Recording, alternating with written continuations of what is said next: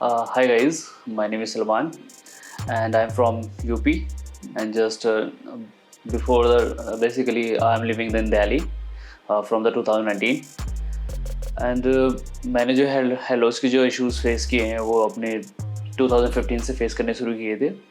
उसके बाद में मैंने काफ़ी मतलब हद तक ट्रीटमेंट लिए हैं, जैसे तुम्हारे शैम्पूज हुए या फिर तुम्हारा एक तरीके से बोले PRP ली, मेजोथेरेपी ली है।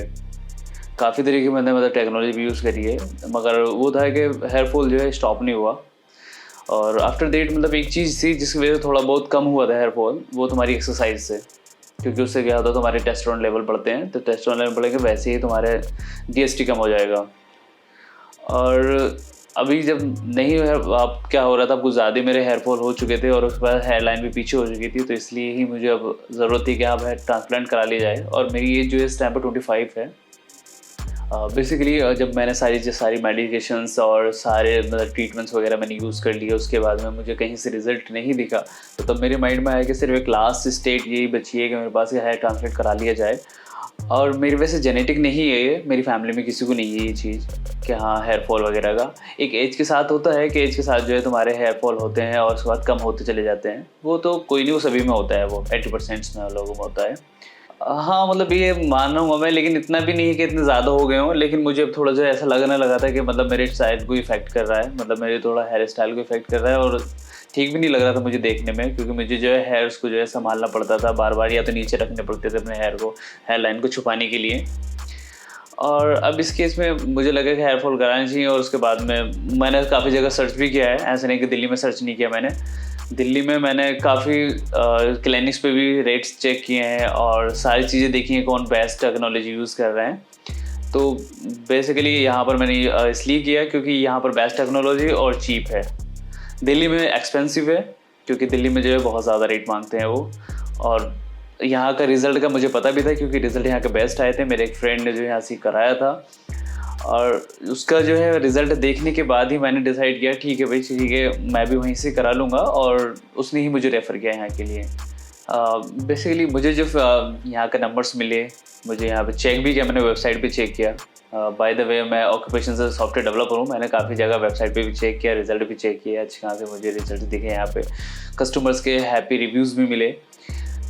और मुझे मतलब नंबर वगैरह तो मैंने वेबसाइट से भी और मेरे फ्रेंड्स ने भी मुझे प्रोवाइड किया था, उसके थ्रू फिर मैंने यहाँ पर जो है कॉल वगैरह की। और यहाँ पर जो कॉलिंग इनका डिपार्टमेंट है उनसे बात हुई, उन्होंने सिर्फ यही बोला कि हाँ ठीक है मुझे अपनी पिक्चर्स चाहिए। इनका प्रोसीजर है, प्रोसीजर में क्या है, फर्स्ट ऑफ ऑल वो तुमसे पिक्चर्स लेंगे, पिक्चर्स लेने के बाद में फिर वो एनालाइज करेंगे, इनके डॉक्टर्स एनालाइज करने के बाद तुम्हें सजेस्ट करेंगे कितनी ग्राफ्ट्स हमारे यहाँ लग सकती हैं। तो फिलहाल मुझे जो सजेस्ट की गई हैं वो 2000 से 2500 तक करी गई है मुझे।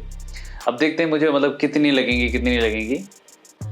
मैं यहाँ पर जब मैंने क्लिनिक को विजिट किया, तो क्लिनिक को विजिट करने के बाद यहाँ का जो स्टाफ है, जहाँ पर जो मतलब कॉलिंग्स, इनके कॉलिंग जो डिपार्टमेंट्स में पर्सनस हैं, सबका बिहेवियर बहुत सही है, अच्छा लगा सबसे यहाँ मिल के। लेकिन ये है कि मुझे यहाँ पर आने के बाद एक्साइटमेंट तो नहीं हुई, लेकिन मुझे थोड़ा सा नर्वसनेस है कि मतलब कैसा पेन होगा, क्या होगा मेरे साथ, मतलब जब मेरे हेयर ग्राफ्ट्स लगेंगे, पंचिंग होगी।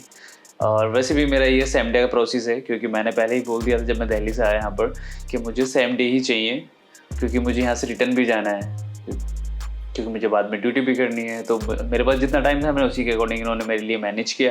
इन्होंने कहा ठीक है हम तुम्हारे लिए मैनेज कर देंगे, सेम डे पे ही तुम्हारी पंचिंग हो जाएगी। वैसे तो 2 डेज़ का होता है इनका, फर्स्ट डे वो हेयर लाइन को ड्रॉ करते हैं, उसके बाद में फिर तुम्हारा पंचिंग होती है नेक्स्ट डे, लेकिन मेरा सेम डे रहेगा। ओके, फिर आफ्टर ऑल मिलूँगा तुमसे बाद में, अपनी सर्जरी के बाद में आपके साथ में अपना एक्सपीरियंस भी शेयर करूँगा। और आपको मैं अपनी जो ग्राफ्ट पंचिंग हुई है मैं उसको भी आपके साथ दिखाऊंगा और पिक्चर्स वगैरह भी शेयर करूँगा। बाकी QST का रिव्यू वगैरह भी दूंगा, अगर अच्छा हुआ तो अच्छा दूंगा, नेगेटिव हुआ तो नेगेटिव दूंगा। इस बात से बेफिक्र रहिए। Okay, bye bye.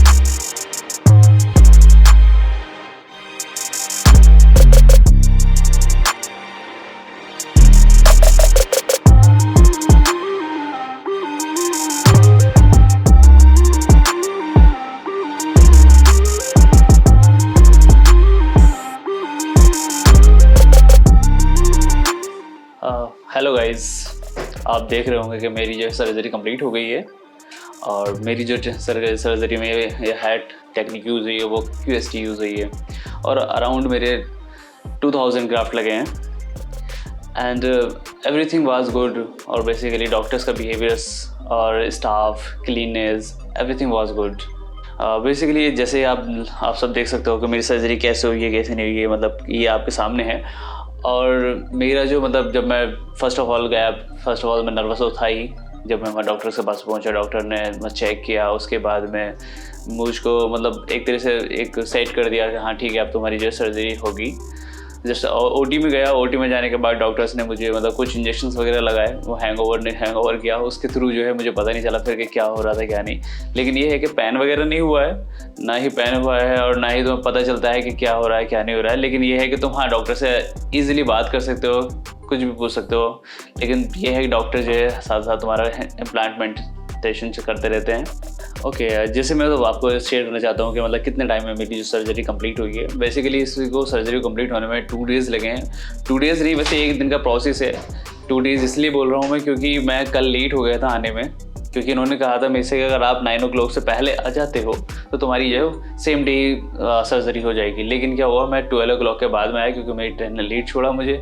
इसकी वजह से मुझे जो है फिर 12 o'clock के बाद में जो है मेरा हाफ इम्प्लांटेशन कल हाफ हुआ। और हाफ होने के बाद में जब डॉक्टर्स का टाइम हो गया जाने का तो उसके बाद में फिर उन्होंने कहा ठीक है हम कल करेंगे अब इसको पूरा कंप्लीट। तो इसी तरीके से मेरा आज पूरा ये कंप्लीट हो गया है। और कंप्लीट होने के बाद में कुछ इसकी प्रिकॉशंस भी बताए हैं डॉक्टर्स ने, जैसे सपोज एट के सनलाइट में डायरेक्टली नहीं जाना है और तुम्हें इसे 2 घंटे में जो है स्प्रे करते रहना है। वो इसलिए क्योंकि मतलब ये जैसे कि ये सूखे ना, इनको बस यानी कि थोड़ा गीला रखना है। और मिलते हैं आफ्टर रिजल्ट। बेसिकली अब मैं बहुत जल्दी मिलूँगा और thank you so much QST, bye bye.